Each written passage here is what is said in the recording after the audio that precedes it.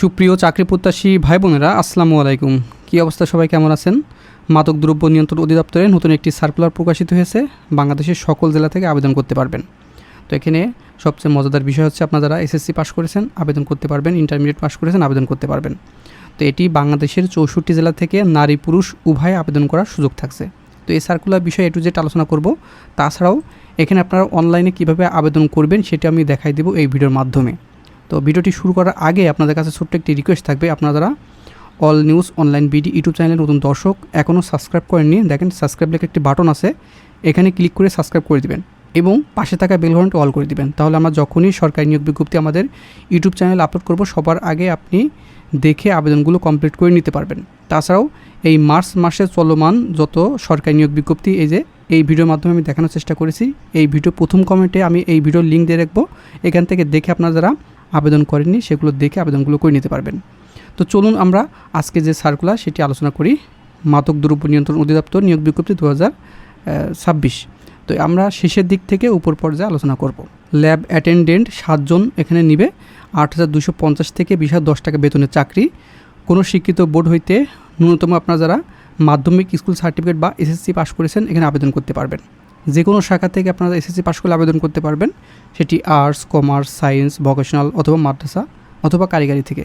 তারপরে record keeper নেবে 8 জন, কোনো শিক্ষিত বোর্ড হইতে দ্বিতীয় শ্রেণী বা বিভাগের সমমানের জিপিএ সহ উচ্চ মাধ্যমিক সার্টিফিকেট বা এইচএসসি বা সমান পরীক্ষা উত্তীর্ণ হলে আবেদন করতে পারবেন। তবে এখানে কম্পিউটারে এমএস অফিসে দক্ষতা থাকিতে হবে। তারপরে ওয়ার্ড মাস্টার নেবে 2 জন, কোনো শিক্ষিত বোর্ড হইতে দ্বিতীয় বিভাগে আপনার ইন্টারমিডিয়েট পাস হতে হবে। তারপরে সহকারী স্টুয়ার্ড 7 পদে এখানে লোক নেবে, কোনো শিক্ষিত বোর্ড হইতে জীববিজ্ঞান মানে আপনারা যারা সায়েন্স থেকে পাস করেছেন ইন্টারমিডিয়েট তারা এখানে আবেদন করতে পারবেন। শুধুমাত্র সহকারী স্টুয়ার্ড 7 জন এই পদে। তারপরে রেন্ট কালেক্টর 1 জন লোক নেবে, কোনো শিক্ষিত বোর্ড হইতে আপনারা যারা ইন্টারমিডিয়েট পাস করেছেন আবেদন করতে পারবেন। তারপরে টিকিট ক্লার্ক 8 পদে আবেদন করতে পারবেন, কোনো শিক্ষিত বোর্ড হইতে দ্বিতীয় বিভাগ বা সমানের জিপিএ সহ উচ্চ মাধ্যমিক সার্টিফিকেট মানে ইন্টারমিডিয়েট পাস করলে আবেদন করতে পারবেন। তবে এখানে কম্পিউটারে এমএস অফিসে দক্ষতা থাকতে হবে। তারপরে লিলেন কিপার নেবে 1 জন, এখানেও কিন্তু আপনার ইন্টারমিডিয়েট পাস হতে হবে। তারপরে ইসিজি টেকনিশিয়ান নেবে 8 জন, এখানেও আপনারা এসএসসি পাস করলে আবেদন করতে পারবেন, তবে ইসিজিতে টেট কোর্স সম্পূর্ণ হতে হবে। এই যে ইসিজি টেকনিশিয়ান 8 জন লোক নেবে, এটা কিন্তু সম্পূর্ণ সরকারি নিয়োগ বিজ্ঞপ্তি। তারপরে ভোকেশনাল ইন্সট্রাক্টর 8 জন লোক নেবে, কোনো শিক্ষিত ইনস্টিটিউট হইতে উচ্চ মাধ্যমিক সার্টিফিকেট মানে আপনি ভোকেশনাল থেকে উচ্চ মাধ্যমিক সার্টিফিকেট পাস হতে হবে। তারপরে ডায়েটিশিয়ান এখানে 8 পদে আবেদন করতে পারবেন, কোনো শিক্ষিত বিশ্ববিদ্যালয় হইতে পুষ্টিবিজ্ঞান বিষয়ে ন্যূনতম দ্বিতীয় শ্রেণী বা সমানের জিপিএতে স্নাতক ডিগ্রি থাকতে হবে। তারপরে ল্যাব সহকারী নেবে 3 জন, এখানেও কিন্তু রসায়ন বিজ্ঞান সহ আপনার স্নাতক ডিগ্রি থাকতে হবে। তারপরে ফিজিক্যাল ইন্সট্রাক্টর 1 পদে আবেদন করতে পারবেন, এখানেও স্নাতক ডিগ্রি থাকতে হবে।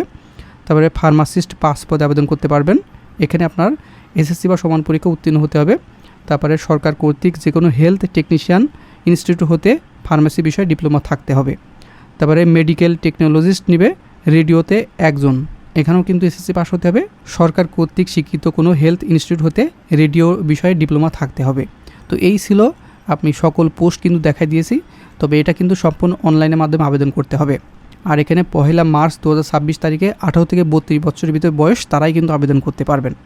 আবেদন করার জন্য dnc.territory.com বিডি ওয়েবসাইটের মাধ্যমে আবেদন পূরণ করতে হবে।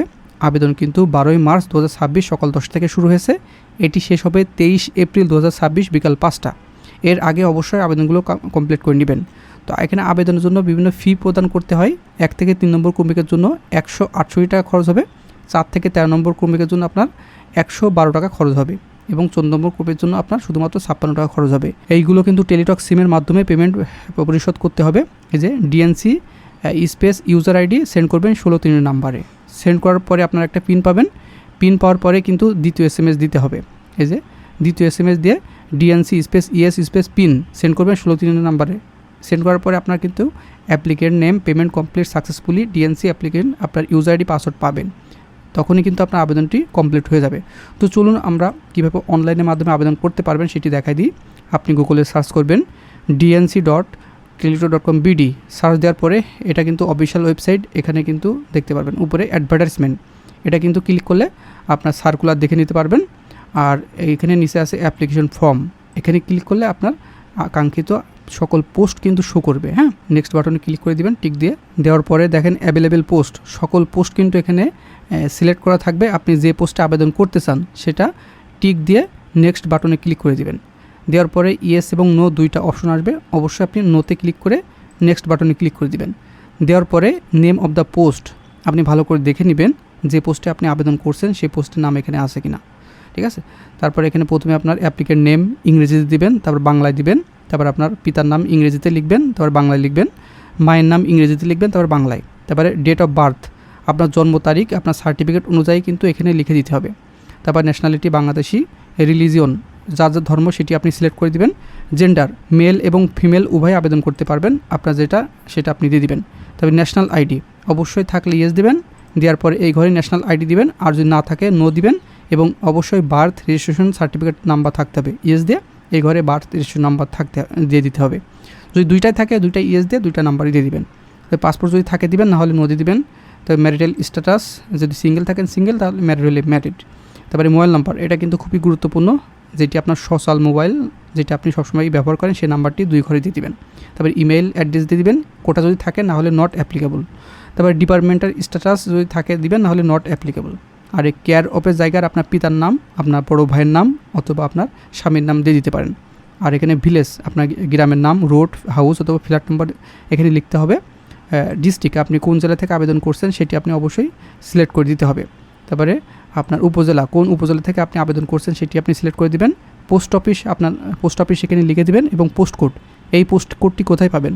আপনার যদি এনআইডি কার্ড থাকে এনআইডি কার্ডের ব্যাক সাইডে দেখেন 4 ডিজিটের কোড আছে, ওইটা হচ্ছে পোস্ট কোড। আর আপনার যদি এনআইডি কার্ড না থাকে, আপনার পিতার এনআইডি কার্ডের দেখেন ব্যাক সাইডে 4 ডিজিটের কোড আছে, ওইটা হলো পোস্ট কোড, এখানে বসাই দিবেন। দুইটা অ্যাড্রেসে সেম থাকলে এই সেম অ্যাজে ক্লিক করে দিয়ে এটার পূরণ করা লাগবে না, দুটাই একই হয়ে যাবে। তারপরে আপনি এসএসসি এগুলো ঘর পূরণ করে দেবেন, রোল নাম্বার দিবেন, গ্রুপ কোন গ্রুপ থেকে পাস করছেন সেটি আপনি অবশ্যই সিলেক্ট করে দিবেন। তার বোর্ড কোন বোর্ড থেকে পাস করছেন সেটা আপনি সিলেক্ট করে দেবেন। রেজাল্ট এখানে অবশ্যই আউট অফ 5, তারপরে এই ঘরে আপনার রেজাল্টটি বসাই দিবেন, মানে জিপিএতে মানে আপনার কত পয়েন্ট পাইছেন সেটি বসাই দিবেন। তারপরে কত সালে আপনি পাস করেছেন এসএসসি সেটি আপনি অবশ্যই সিলেক্ট করে দিবেন। তারপরে ইন্টারমিডিয়েট সেমভাবে দিয়ে দিবেন। আর যদি আপনার অনার্স থাকে অবশ্যই ইফ দিয়ে অনার্সের লেভেলগুলো সবগুলো দিয়ে দিবেন। যদি মাস্টার্স থাকে দিবেন, নাহলে দেওয়ার দরকার নাই। তারপরে এখানে আপনার যদি কোনো এক্সপিরিয়েন্স থাকে অবশ্যই সেটি আপনি ইয়েস দিবেন, না হলে নেওয়ার দরকার নাই। যেখানে কম্পিউটারের এক্সপিরিয়েন্স চাইছে সেগুলো অবশ্যই ইয়েস দিতে হবে।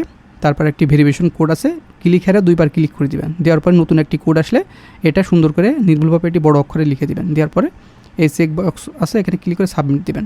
দেওয়ার পরে প্রিভিউ একটি অপশন আসবে, সেগুলো দেখার পরে নির্ভুল হয়েছে কিনা সেগুলো দেখার পরে আপনার নির্দিষ্ট স্থানে ছবি এবং সিগনেচার আপলোড করে সাবমিট করলে কিন্তু আবেদন কমপ্লিট হয়ে যাবে। তো এই ছিল আবেদন বিষয়ে A to Z দেখানো। আর যদি কোনো কিছু জানার থাকে এই ভিডিওর কমেন্টে আপনার সমস্যাগুলো লিখে দিবেন, পরবর্তীতে আপনি সমস্যার সমাধান করার চেষ্টা করব। তো বন্ধুরা ভালো থাকবেন, সুস্থ থাকবেন, দেখা হবে নেক্সট আকর্ষণীয় জব সার্কুলার এবং শিক্ষামূলক তথ্য নিয়ে।